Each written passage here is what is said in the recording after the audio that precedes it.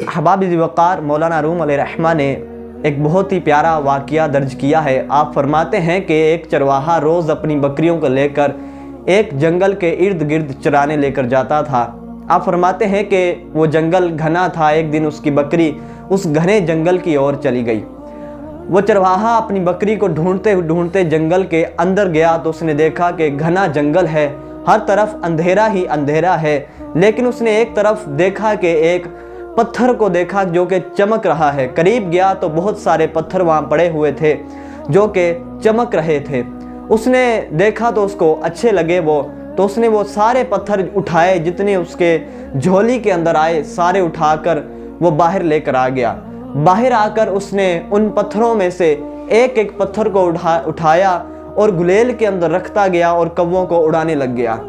دوپہر ہو گئی، وہ اسی طرح اپنے کام کو اس نے جاری رکھا۔ وہ پتھروں کے ذریعے گلیل کے اندر پتھر رکھ کر وہ کووں کو اڑانے لگ گیا۔ ایک سونار، جسے عام الفاظ میں کہتے ہیں، جو کہ ہیروں کا ماہر ہو، جسے ہیروں کی تمام معلومات جس کے پاس ہو، جس کے پاس سونے کی تمام معلومات ہو، وہ اس کے قریب سے گزرا تو آخری پتھر وہ چمکتا ہوا اس کے پاس تھا، اسے بھی وہ غلیل کے اندر رکھ کر کوے کو اڑانے کی کوشش کر رہا تھا۔ تو اس سونار نے کہا کہ بتا تو صحیح اے بے وقوف انسان، اے بدبخت انسان، یہ کیا چیز ہے جسے تو اڑا رہا ہے جس کے ساتھ کوا؟ تو اس نے کہا کہ یہ ایک عام سا چمکتا ہوا پتھر ہے۔ تو وہ سونار کہنے لگا کہ اے عقل کے اندھے، اے انسان، اے چرواہے، یہ کوئی عام سا پتھر نہیں ہے، بلکہ یہ ایک ایسا ماہر ہیرا ہے جسے ہیرہ لال کہتے ہیں، جس کی قیمت تیرے شہر کے اندر شاید ہی کوئی دے سکے۔ یعنی یہ ایسا قیمتی ہیرا ہے جس کی کوئی قیمت ادا تیرے شہر میں نہیں کر سکتا۔ تو اس نے جب یہ سنا تو وہ سر پکڑ کر رونے لگ گیا۔ تو سونار کہنے لگا تو رو کیوں رہا ہے؟ میں نے تو تیرے اس ہیرے کو بچا لیا ہے، اس قیمتی ہیرے کو بچا لیا ہے۔ تو وہ کہنے لگا کہ اے سونار، میں نے یہ ایک ہیرا نہیں پھینکا، پھر بھی مجھے ڈانٹ پڑی ہے تجھ سے۔ صبح سے نہ جانے میں نے کتنے ہی ہیرے اسی طرح پھینکتا رہا ہوں میں۔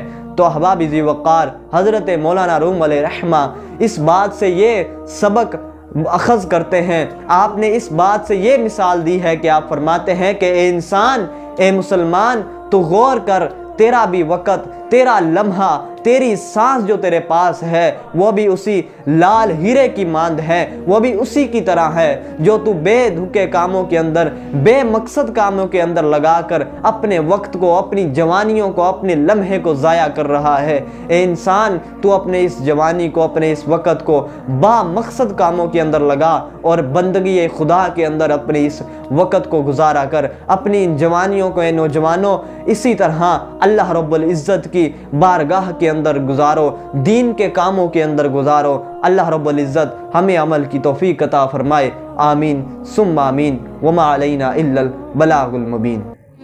حافظ صاحب کے آفیشیل یوٹیوب چینل حافظ سلمان قادری اسپیشل کو سبسکرائب کریں اور بیل آئیکن کو پریس کر دیں تاکہ آنے والے نئی ویڈیوز کے نوٹیفیکیشن سب سے پہلے آپ تک پہنچ